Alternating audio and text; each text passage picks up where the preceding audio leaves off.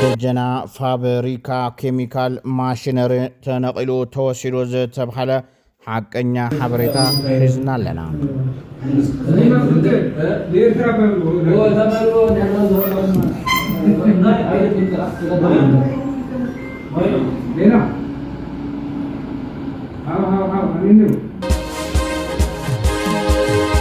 ወዲ ወረደ ናብ ኤርትራ ኸይዱ ከመ ዝነበረ ዘጋልጽ ሓበሬታ ወፂሎ ነቕርበልኩም።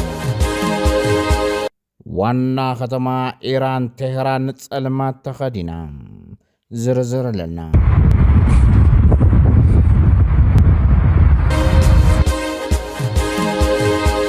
ኤርዶጋን ቱርኪ ኣብ ጎኒ ኢራን ኮይና ነቲ ኩናት ክትጽምበር ከም እትኽእል ኣፈራሪሕሎ ክትሰምዑ ኢኹም። ሎሚ ናይዚኦምን ካልኦትን ሓበሬታታት ሒዝናልኩም ኣለና። ላይክ፣ ሼር፣ ሰብስክራይብ ምግባር ጀምሩ። ሰናይ ምክትታል።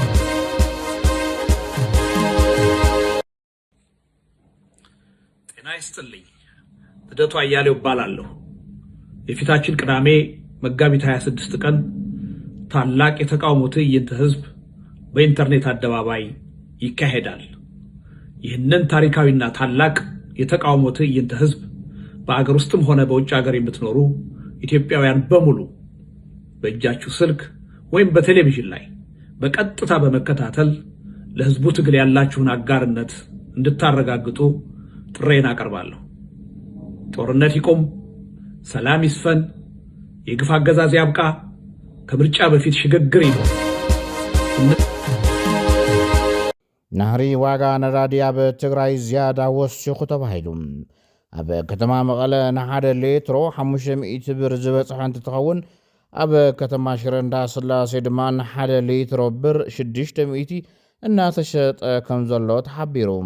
ብነጋዶ ተሓቢኡ ዝነበረ ንዝተረኸበ እምበር ነዳዲ ዝበሃል የለን ይብሉ ፍልፍላትና። ናይ ዓለማዊ ኩናት ቅልውላው ዘስዓቦን ክልከላ ፌደራል መንግስትን ተደሚርዎ ኣብ ትግራይ ስእነት ነዳዲ ካብቶም ከቢድ ፀገም ዝፈጠሩ ጉዳያት ሓደ እዩ። ኣብ ከተማ መቐለ ሓድሽ ምሕደራ ክጅመር እውን ተሓቲቱሎም።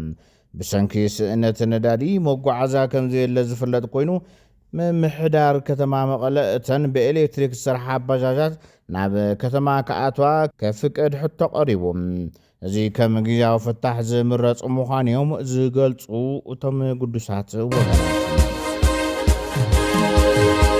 ኣብ ወረዳ እንደርታ ዝርከብ ዝነበረ ደጀና ፋብሪካ ኬሚካል ማሽነሪ ነቂሎም ወሲዶምዎ ህዝቢ ወፂኡ ስነ ስርዓት ኢሉ እንተለመኖምን ኣይሰምዑን ዝብል ሓበሬታ ክዝረብ ዝወዓለ ኮይኑ ትእምት መልሲ ይብሎም። ዋንነት ናይ ፕሮጀክት ደጀና ኬሚካል ኢንዳስትሪ ትእምት ዝኾነ ንብረት ተነቂሉ ይውሰደሎ ዝብል ምንጩ ዘይፍለጥ ሓበሬታ ኣብ ማሕበራዊ ሚድያ ክዘዋወር ተዓዚብና ዝበለ ትእምት ዝሓበሬታ ፍጹም ጉጉዩ ተነቂሉ ዝተወሰደ ሓደ ንብረት ፕሮጀክት ደጀና ኬሚካል ኢንዱስትሪ የለን። እቲ ጓዓ ዘሎ ተባሂላ ማሕበራዊ ሚድያ ተዘርጊሕ ዘሎ ትራንስፎርመር ዋንነቱ ናይ መንግስቲ ማለት እውን ሓይሊ መብራህቲ ኮይኑ ብሓደራ ኣብ ቀጽርቲ ፕሮጀክት ተቐሚጡ ዝጸንሐ ምዃኑ ነፍልጥ። ሕዚ እቲ በዓል ዋና ንብረት ንስራሕ ደልይዎ ካብቲ ፕሮጀክት ልዒሉ ወሲድዎሎም እቲ ሓቅዝ እዩ። ከጻሪ ዝደሊ ብርና ክፉት እዩ ትብል ኣፍ وزينا محارب مسلم كله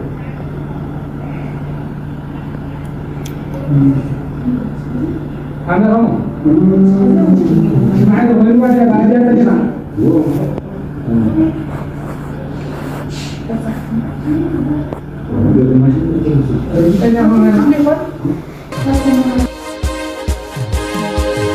ዩኒቨርስቲ ዓዲግራት ብዝተፈላለዩ ዘፈራት ትምህርቲ ዘምህሮም 167 ተማሃሮ ኣመሪቖም።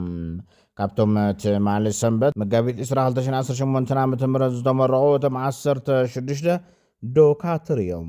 ካብቶም ተመረቑ መበል 12 ዙር እቶም 121 ብቐዳማይ ዲግሪ 46 ድማ ብኻልኣይ ዲግሪ ትምህርቶም ዝተኸታተሉ እዮም ኢሉሎ ዩኒቨርስቲ ጀነራል ታደሰ ወረዳ በፌደራል ዘቕረበ ሓበሬታ ተቐባልነት ድሕሪ ምንጻጉ ከም ዘይተመለሰ ውዕሊ ፕሪቶሪያ ኸይዱ ካብ ዝፈረሙ ሓደ ኣሰፋ ብርሃ ተዛሪቡ። ጀነራል ታደሰ ኣብ ጉዳይ ጽምዶ ይኹን ምምላስ ተመዛበልቲ ዝሃቡ ሓበሬታታት ኣብ ፌደራል ብሳተላይት ብዝተኣከበ ሓበሬታ ከሽፍዩ ተመሊሱ ኢልሎ ኣይተ ኣሰፋ ብፍላይ ድማ ኣይተ ኣሰፋ ጀነራል ታደሰ ወረደ ናብ ኤርትራ ኸይዱ ከም ዝነበረ ኣጋሊጹሎም ይኹን እምበር ብወገን ትግራይ ዘለው ወሃብቲ ሓበሬታ ንኣሰፋ ኣብርሃ ሓሶትዩ መጸለምታዩ ክብሉ ገሊጾምዎም ኣነ እየ ፕሪቶሪያ ዝፈረምኩ ኣነ እየ ወኪል ፌደራል መንግስቲ ፕሪቶሪያ ረጊጹ ከምዚ ገይሩ ይጥሕሰሎ ኢሉ ጽዋ ተረኺቡ ወረቐት ተጽሒፎም ኣሸኪሞም ልኢኹንጎ ድወረዶ ዝቐረባኩ ታኣት ዛረብ ዘለኻ ዘይንርአካ ድዩ መሲልካ ሳቶም ፌደራል ኣይኮነን ክኾም ዝገብር ዘሎ እስከኣኻ ቀዲምካ ኣስመራ ዝኸድካ ዓዲ ኾላ ዝሓደርጋ ኮስኻ ኢኻ ካውዚን ኣድግን በቕልን ተጻዒና ትመጽእ ኮን ዘይረአዩ ዝመስሎም ከምቲ ቀደም እዩ ዝመስሎም እቲ ናሎሚ ኢንቴሊጀንስ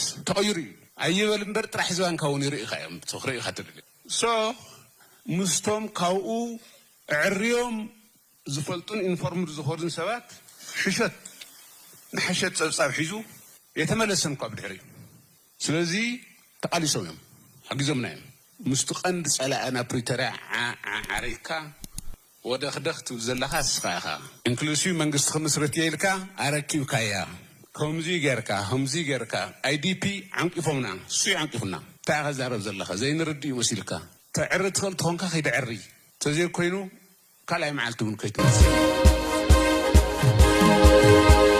ስብሓት ናይ ፊውዳል ከይዲ ዝኽተል ነይሩ ኢሉ ጀነራል ዮሃንስ ገብረ መስቀል መንጋገ ወሲኹ ናይ ባዕሉ ሃፍትን ዓጀብትን ዘለውን ዝነበረዎን ሰብ እዩ ነይሩ ክብል ገሊጽዎ ኣሎ ንኣይተ ስብሓት ነጋ ይኹን እምበር ብዙሓት ኣብቲ ቃልሲ ዝነበሩ ሰባት ጀነራል ዮሃንስ መንጋግ ብዝኸሓነ ጽልኢት ኣብ ልዕሊ ስብሓት ነጋ ከም ዘለዎን ኣብ ፖለቲካዊ መርገፂኡ ኣብ ምቕያር እውን ኣብ ልዕሊ ስብሓት ነጋ ዝነበሮ ጽልኢት ምዃን እዮም ዝዛረቡ ሰባት ኮ ድላም ስብሓት ኮ ፊውዳል እዩ ፊውዳል ሓሻኸረ ፍሪ እዩ ብሬንዎሽ ይገብር እዩ ናይ ባዕሉ ዓርሚ ኮ ኣለዎ እዩ ናይ ባዕሉ ሃፍቲ እውን ኣለዎ እዩ ሃፍቲ ዝፈጠረ ሰብ እዩ ኣብ ህወሓት ናይ ስብሓት ጥበብ ማለት ባዶ ሽዱሽተ ዝበሃል ሓደ ማእኸላይ ኮሚቴ ኣብ ልዕሊ ናይ ሰብ ህይወት ክፈርድ ሞት ክፈርድ ኣብ ምግባር ትዝጋደል ዘሎ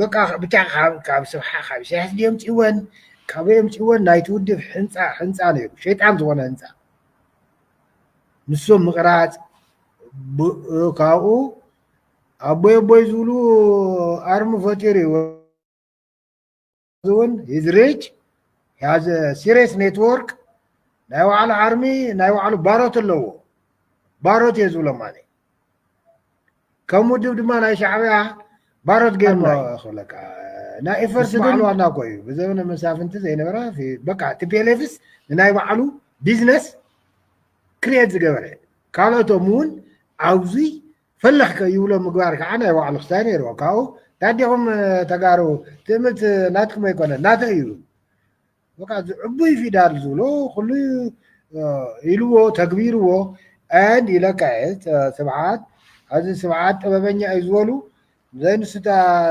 ኣነ ኣይበሎ ይበልኩን ባሮቱ ሳፍሪዩ እዩ ኣይ ኮል ዘም ባሮት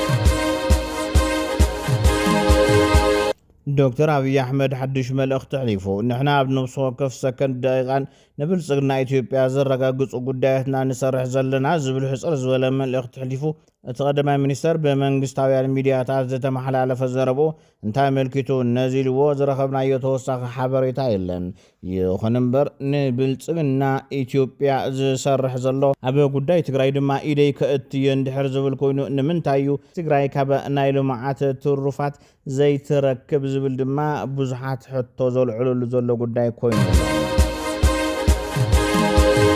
ሚሳኤላት ኢራን ንፋብሪካ ኬሚካል እስራኤል ዕንዮም ኢራን ኣብ ደቡባዊ እስራኤል ኣብ ዝርከብ ማእኸል ኢንዱስትሪ ብዝፈጸመቶ ሃንደበታዊ መጥቃዕቲ ሚሳኤል ሓደ ዓብዪ ፋብሪካ ምፍራይ ኬሚካል ብሓዊ ከም ዝነደደ ተፈሊጦም ሰራዊት እስራኤል ከም ዘረጋገጾ እቲ መጥቃዕቲ ብርቱዕ ምድንጋጽ ዝፈጠረ ኮይኑ ሰራሕተኛታት ምክልኻል ሓደጋ ባርዕቲ ሃገር ኣብቲ ፋብሪካ ኬሚካል ዝተለዓለ ንምቁጻሩ ኣጸጋሚ ዝኾነ ሓዊ ንምጥፋእ ርብርብ ይገብሩ ኣለዉ። ኣብቲ ከባቢ ዝርከቡ ነበርትን ሰራሕተኛታትን ብህፁፅ ናብ ውሑስ ቦታ ክዕቁቡ ዝተኣዘዙ ኮይኖም እዚ ስጉምቲ እዚ ቴህራን ንመጥቃዕትታት ኣሜሪካን እስራኤልን እትህቦ ዘላ ተኸታታሊ ግብረ መልሲ ኣካል ምዃኑ ተገሊጹ።